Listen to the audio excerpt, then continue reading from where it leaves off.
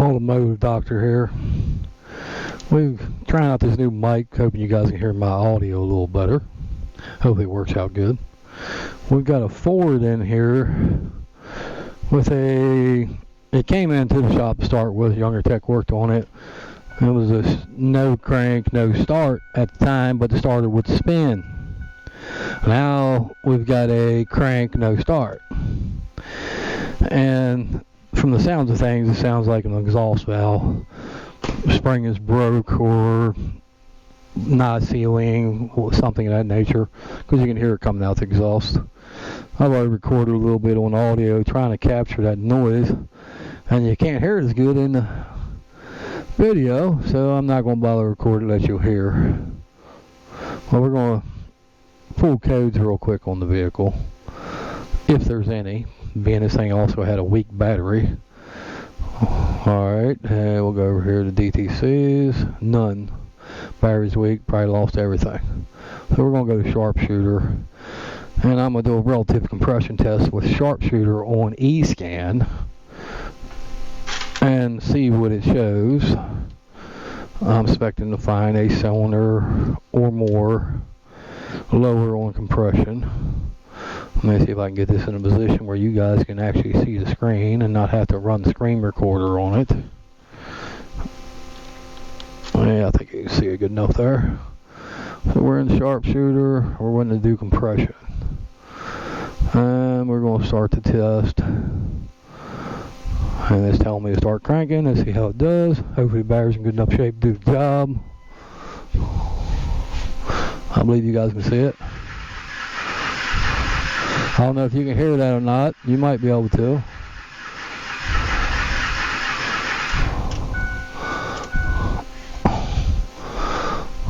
And there's what we come up with. It's picking on two cylinders. We can't isolate them with sharpshooter, but we could.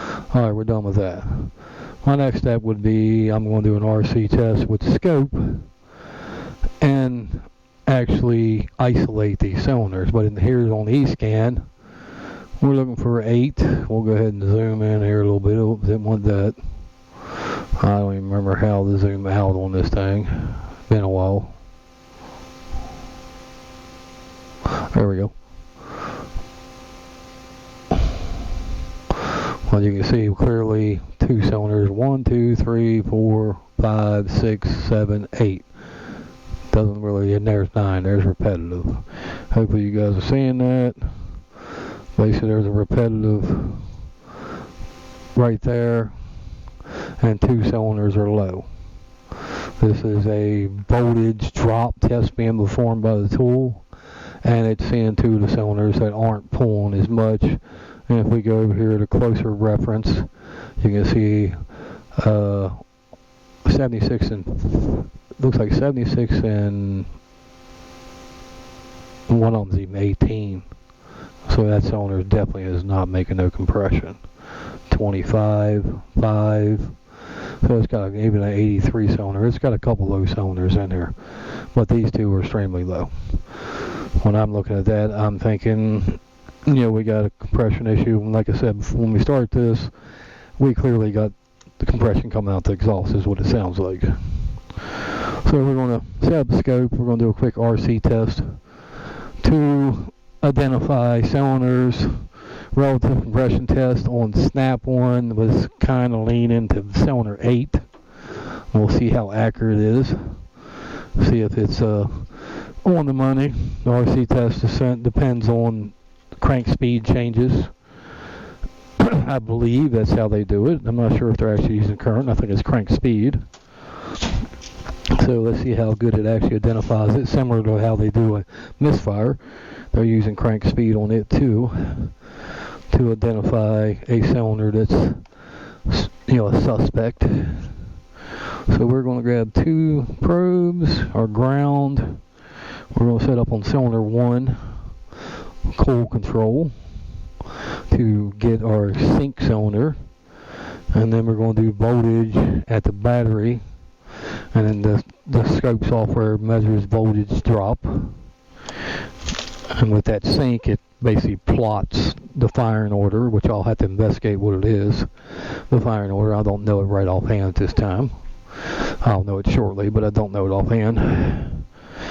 Well, we're going to set up a sync and, of course, grab the power at the battery and watch the voltage drop, and then plot a sync on there to identify which cylinder is our likely culprit. I might choose cylinder. I'm on this bank. I think cylinder 1 is actually over there on this one. Yeah, 1, 2, 3, and 4 is over on that side. And it's much easier to get at.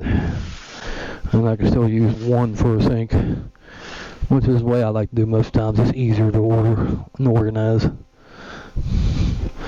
then we're looking for the same color wire for our control. Trying to identify it.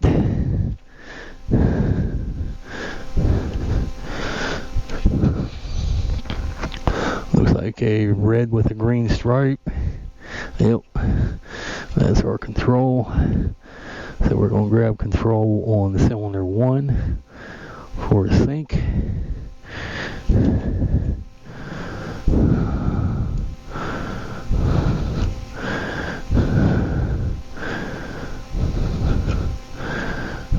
Yeah, we'll verify we're connected by going to the meter mode on the scope. It'll show me that I have continuity on that circuit.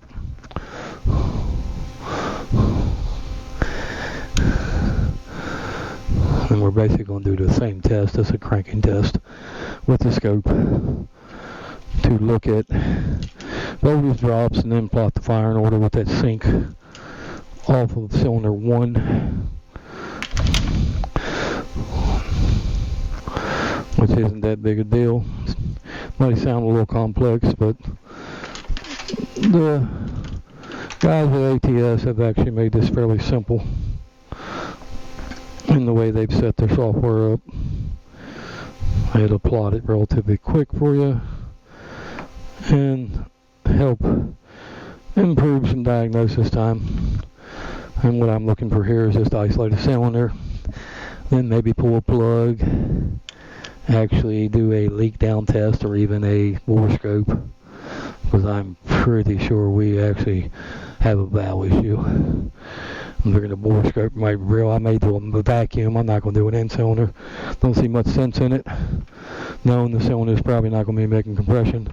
With a vacuum and a pulse sensor maybe in the exhaust would probably be a good one on this one to reveal a pattern that's easily analyzed, being I expect to see a pulse out the exhaust and not see a vacuum pull on the intake stroke of that cylinder.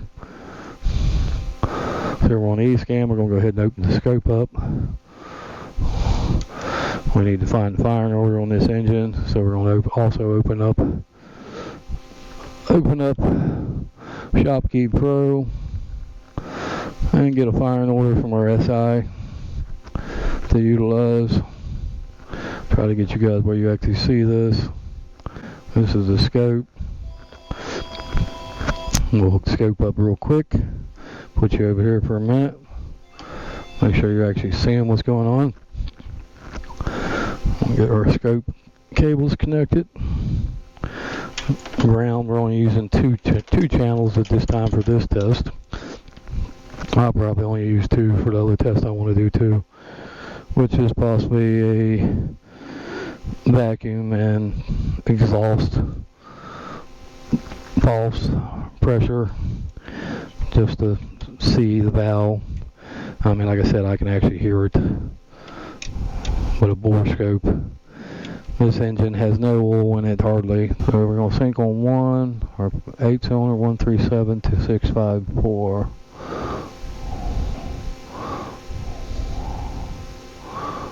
137 to 6548.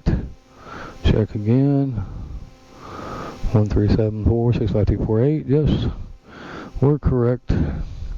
Now I need to turn this thing to where I can actually see the screen as it's doing the test, but let's check the meter. We're not connected on channel 2. So we need to take another look at it. You can see we go in the red there. So channel 2 is not connected, so we need to revisit it and make sure we're getting a connection on our sync, which is our coil on cylinder 1. Oh, we're not connected in the cable. That would explain it, wouldn't it, folks? Let me see my lead. There we are. The good thing about the scope, you can go back and look. And now we're connected.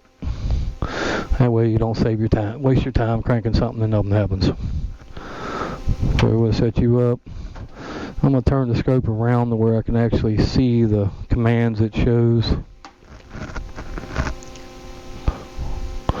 Where I can actually see the commands. And when it tells me to stop cranking.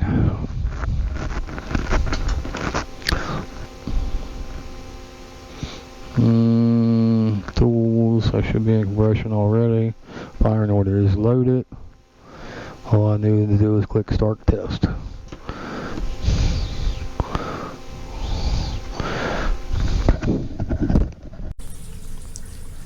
Recording a little follow-up video on this one, this 05 F150 with compression issues. So we're going to go ahead and give you a little information here. The starter's truck came in, was a crank no start with a starter. The Bendix wasn't clicking out. So our other technician in the shop put a starter on it. He started to put the starter on it, the Bendix kick out, contact flywheel, so we had a cranking event taking place. And the engine ran for about 5 seconds and stalled and did not restart and ran poorly the whole time it did start. So I pulled out the snap-on to do a quick relative compression test on the engine, since now it was a crank no start. And we showed basically 2 cylinders is what it was saying. 2 cylinders were having compression issues. So at that time, I wanted to prove out what cylinders were, the compression issue, because it sounded like it had a cadence sound. Snap-on says 3. I mean 8 and 4. So I'm a little concerned there, because it seemed worse than that to me, listening to the cadence. So I actually loaded eScan and did a relative compression with eScan, which it pretty much said the same thing, which was strange to me. It said, hey, it's the same. I may have messed up and hit ignition, hit waste spark or something to set it, because when I went back to revisit this capture and look at a 720 here, I'm seeing a strange voltage drop going on, a trend that's saying I've only got 4 cylinders making compression, not 8. Maybe I loaded it is waste spark and it's looking at 2 720s instead of 1, because waste sparks fire on compression and on exhaust. So I said, well, let's move on to it and do a relative compression test with a amp clamp to look at starter current instead of voltage drop, because that's what we're looking at here on the e-scope here with their compression test, is a voltage drop. But when I got to that case, I was pretty much surprised at what I found, because I found basically an engine that had 4 cylinders making no compression, just like what I was looking at in that voltage drop that was being measured by the compression on the starter current, because this is your starter current. And then that other test over here, we're using voltage drop, just a different method, and you're looking at the drops as opposed to the rise in current is what we're looking at here. We're looking at the rise in current. We're seeing current rise knowing the starter's struggling, and of course no current rise on other areas where the starter is not struggling. So we decided we're going to go ahead and plot the cylinders here and see what it has to say. And when we do it, we see that we have 7, 6, 5, and 8 that aren't pulling any current. 4, 2, 3, and 1 look to be pulling current. So we're saying, yes, we got a bank. It's a V motor, cylinder 1, 2, 3, and 4 on the right bank. Cylinder 5, 6, 7, and 8 are on the left bank. And our left bank doesn't look happy. It looks to have some type of issue there. It's basically what we got going on. So we take a closer look down here at our vacuum events, wanting to see what kind of sealing we have going on it, and it's really strange and erratic. You know, a pattern that I would definitely wouldn't associate with a solid engine that's running good. These patterns are very odd. We're going to go ahead and turn off ignition in that because we already got 720 plotted. And this is my vacuum and exhaust pattern. I couldn't make too much sense of that exhaust pattern being a cranking event, because I heard a pop. I thought I'd be able to notice a cylinder bad. I see the vacuum pulls of what I suspect are actually good sealing cylinders. Right here, right here, right here, and right here, 4 vents, similar to what we're seeing on our relative compression. Otherwise, when you're not having ignition or combustion taking place, and on an exhaust vent, you will have a vacuum pull, and I'm seeing 4. Similar to what I see in the compression vent, I'm seeing 4, not, more. So that was strange. I was like, what's going on here? We can attempt to mark these in the exhaust and see if something lines up to similar. We'll mark. You'll have some latency in the exhaust, so you got to think of that. Cylinder 4, we have a vacuum pull. Cylinder 1, we have a vacuum pull. Cylinder 3, we have a vacuum pull. And cylinder 2, we have a vacuum pull in the exhaust. We got sharing events here too, so it gets a little wacko. When you got timing so far off on one bank, it starts to share others' vacuum pulls, or should I say interrupt others' vacuum compression exhaust events. But that's pretty clear to me. I'm seeing 4 sealing cylinders there too that look like they're sealing. That's what I see in that exhaust pattern. I can't see anything to help me say which one of those cylinders are making that puff out the exhaust, thinking I have a valve issue at the time. So I go ahead and say, okay, we got some strange stuff going on. We definitely got some strange stuff going on. And I look at this vacuum event, and we see vacuum pulls, and now we're looking at that. We'll change it to vacuum. We'll change it to the intake event. See if we're seeing similar as we were in exhaust, as we were in the RC, relative compression with a current clamp. My computer lock up. There we go. Alright, so there, intake pull, intake pull, intake pull, intake pull. So we are seeing a pull. But we're seeing pressure on cylinder 8, 5, 6, and 7. Odd, but this thing's sharing events, so it gets a little wacko. But I do see an intake pull, intake pull, intake pull, a downward trend, downward trend, downward trend on cylinder 4. Now, naturally, if this was a good timed engine that's healthy, we would just see downward trends on each cylinder, nice and even. They'd look fairly well. We're not seeing that on this engine by any means. So I'm thinking, well, we got a timing problem. So I go ahead and I do what we call a cam crank correlation on this engine. I go ahead and capture the cam and crank, and I also dig up a known good from my files to use it to compare it to. Alright, cam crank bad. Here's my bad. What I'm going to do is load this and make a 720 measurement and calculate on the one cam. The one cam on this one, bank 2 is blue in this file. I think bank 2 is green in the no good I have saved. So it's going to change. Yeah, bank 2, let's take a quick look at it, show me my labels. Yeah, bank 2 is the blue trace. So I'm simply going to measure the bank 2. This is a 720 event of an ignition taking place. And this is 2 rotations of our crank, which also generates a 720 event. Alright, so what I'm going to do now, I'm going to turn off the red channel. I don't need it. I'm already looking at a 720 event after ignition. That's what I want. So we're going to turn the red off. Then we're going to set up some cursors.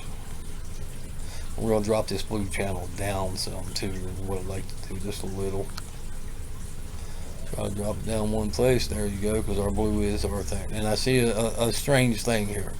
One thing I see I got a reoccurring event that's odd, possibly tone wheel damage. But I see that I have 2, then 3, 2, then 3. So I'm going to use that for a reference. I've got the same thing here. 2 or 3, then 2, then 2, then 3. So I want to look at that. I want to measure where is this cam to this 720 is what I want to do. So I'm going to grab my cursors. I'm going to set it up. And I'm going to do a zoom set so I don't lose this. There we go. I'm going to grab the zoom window to zoom in on this, try to be a little more precise. Cursor. Try to get it right on the point. We'll do the same on the other one. Zoom to set. Zoom window, same thing. That one is a lot further off. Get close to the center. Now we'll zoom back to the set. When we mark cylinders or mark cams, we end up plotting a 720, which gives us the ability to measure in degrees between, and that's what we're looking to find here. We want to know where this event's taking place as opposed to this one, how many degrees between it. That's basically what we're looking for.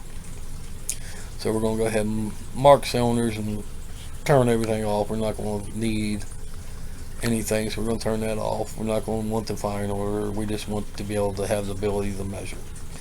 So now we're going to turn that off, and then we're going to drag this over there to this, and we're 430 degrees is where we are. So then we're going to grab our known good and do the same exact measurement on it and see how close they are.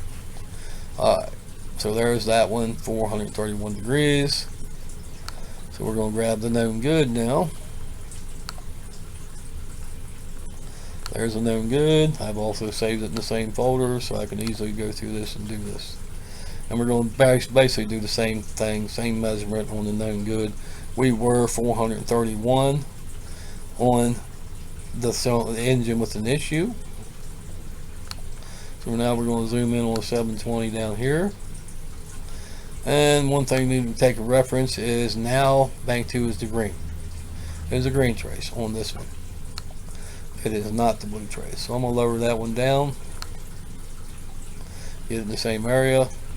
I'm going to turn the blue off. I already see it. I'm going to go ahead and plot the cursors first. Get them in the vicinity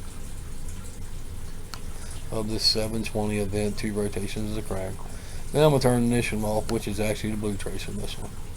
I'm going to zoom set. I'm going to grab my zoom window and be more precise with this cursor placement before I set this 720. There we are. Zoom back to the set. Zoom window for the other cursor to do the same task.